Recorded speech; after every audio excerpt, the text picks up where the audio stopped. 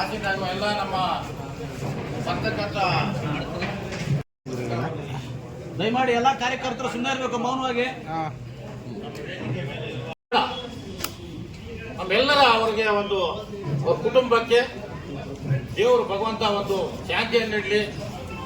ಅವ್ರಿಗೆ ತುಂಬಲಾರ ನಷ್ಟ ಆಗಿದೆ.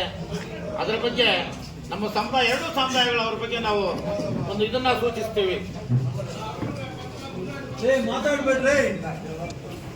ನಮಗೂ ಆಗಿರುವ ಘಟನೆ ಬಗ್ಗೆ ನಮ್ಮ ಸಮುದಾಯ ಎರಡು ಸಮುದಾಯ ದುಃಖ ಆಗಿದೆ. ನಾವು ಅವರಿಗೆ ಅವರ ಕುಟುಂಬಕ್ಕೆ ದೇವರು ಎಲ್ಲ ಇದನ್ನ ಶಕ್ತಿ ತುಂಬಲಿ ಅಂತ ಹೇಳ್ಬಿಟ್ಟು ನಮ್ಮ ಎಲ್ಲ ಇದ್ರ ಪ್ರಕಾರ ಅವ್ರಿಗೆ ಒಂದು ದೇವ್ರ ಬಗ್ಗೆ ಪ್ರಾರ್ಥನೆ ಮಾಡ್ಕೊಳ್ತೀವಿ.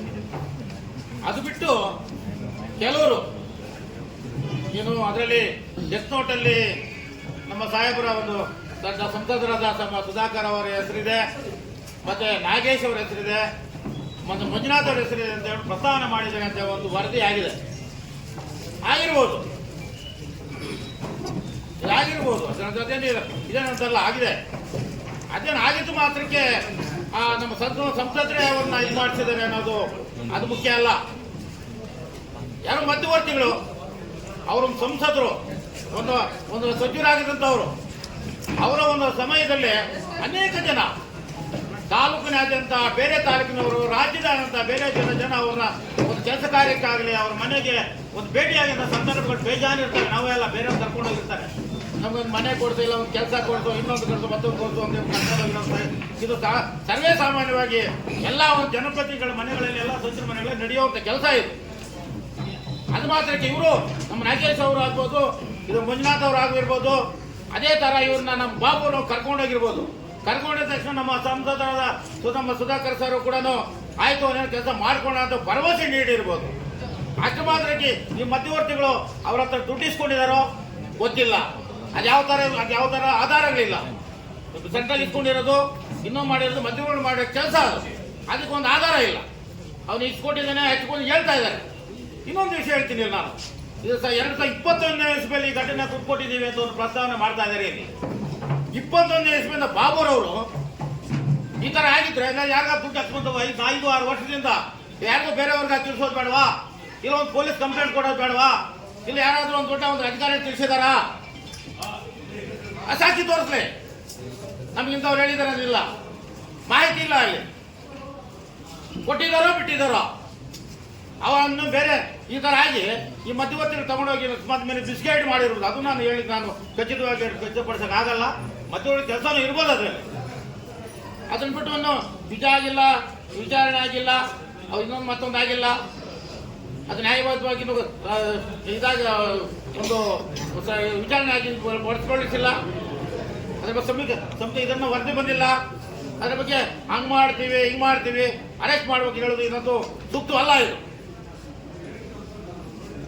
ವಿನಾಕಾರಣ ಇದರಲ್ಲಿ ರಾಜಕೀಯ ಬಳಸ್ಕೊಂಡು ಕೆಲವು ನಮ್ಮ ವಿರೋಧಿ ಪಕ್ಷದವರು ಸೇರ್ಕೊಂಡು ನಮ್ಮ ಸಾಹೇಬರ ಹೆಸರನ್ನು ಚದೆಯೋದ ಮಾಡೋದಕ್ಕೆ. ಯಾಕೆಂದ್ರೆ ಡೆವಲಪ್ ಮಾಡಕ್ಕೆ ಇವ್ರಿಗೆ ಇದಿಲ್ಲ. ಅವರೊಂದು ಹೆಸರು ಉಳಿಸ್ಕೊಂಡಿದ್ದಾರೆ.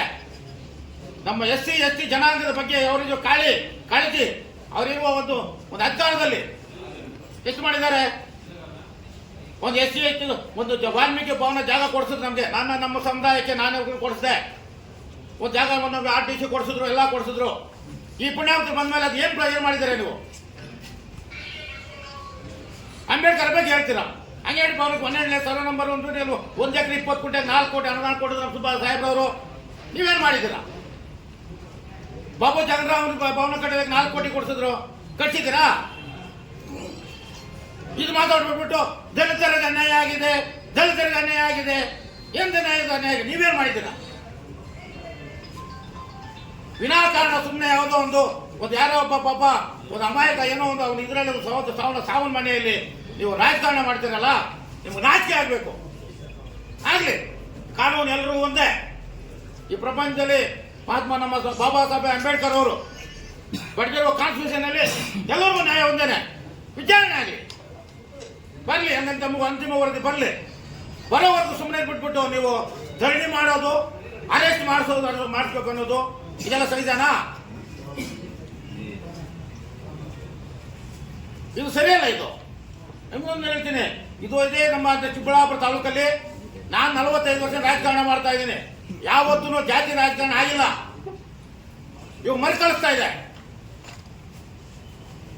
ಆ ಜಾತಿ ಈ ಜಾತಿ ಅದು ಮೊನ್ನೆ ನಮ್ಮ ಸಾಹೇಬ್ರ ಒಂದು ಮಾತು ಹೇಳಿದ್ದಾರೆ, ಬೇರೆ ಪರಿಶಿಷ್ಟ ಜಾತಿ ಆಗಿದ್ದಕ್ಕೆ ಸುಮ್ಮನೆ ತಾಲೂಕು ತರ ಇದೆ, ಜನರಲ್ ಕಮ್ಯುನಿಟಿಯಲ್ಲಿ ಆಗ್ಬಿಡಿದ್ರೆ ಬೆಂಕಿ ಉರಿಬೇಡದು ತಾಲೂಕು ಅಂತ ಹೇಳ್ಬಿಟ್ಟು ಮಾತಾಡೋದ.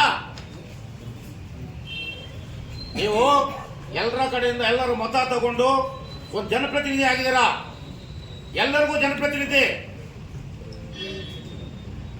ಅದನ್ನ ಬಿಟ್ಬಿಟ್ಟು ಒಂದು ಪ್ರತಿಯೊಂದು ಕೊಂಬಿಟ್ಟು ಪ್ರೇರೇಪಣೆ ಮಾಡಿ ರಾಜಕಾರಣ ಮಾಡಿಟ್ರೆ ನಾವೇನ್ ಬದುಕೋದು? ಇವು ಆಯ್ತು, ನಮ್ಮಲ್ಲಿ ಒಂದು ಎತ್ಕಟ್ಬಿಟ್ಟು ಜಾತಿ ಕಾರಣ ಎತ್ಕಟ್ಬಿಟ್ರೆ ನಮ್ಮ ಪರಿಶಿಷ್ಟ ಜಾತಿ ಮತ್ತು ಪಂಗಡ ಜನಗಳು ನಾವೊಂದು ಸ್ವಲ್ಪ ಹಿಂದುಳಿದಂತವ್ರು ಬೇರೆ ಕೊಂಬ ಮಾತ್ರ ಬದುಕಾಗುತ್ತಾ?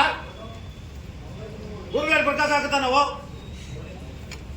ಆಗ್ಲಿ ನಡೀಲಿ, ಏನೋ ಘಟನೆ ಆಗಿದೆ, ಅದ್ರ ಬಗ್ಗೆ ಏನೇ ವಿಚಾರಣೆ ಆಗಲಿ, ಏನೇ ಕಾನೂನಾತ್ಮಕವಾಗಿ ವಿಚಾರ ಇದಾಗಲಿ ನಡೀಲಿ, ಎಂಕ್ವೈರಿ ಆಗಲಿ, ಬಂದ ತಕ್ಷಣ ಕಾನೂನುಗಳಿಂದ ನಾನು ಹೇಳ್ತಾ ಇದ್ದೀನಲ್ಲ, ದೇಶಕ್ಕೆಲ್ಲ ನಮಗೆಲ್ಲ ಒಂದೇ ಸಾರು, ಎಲ್ಲರಿಗೂ ಒಂದೇ ನ್ಯಾಯ.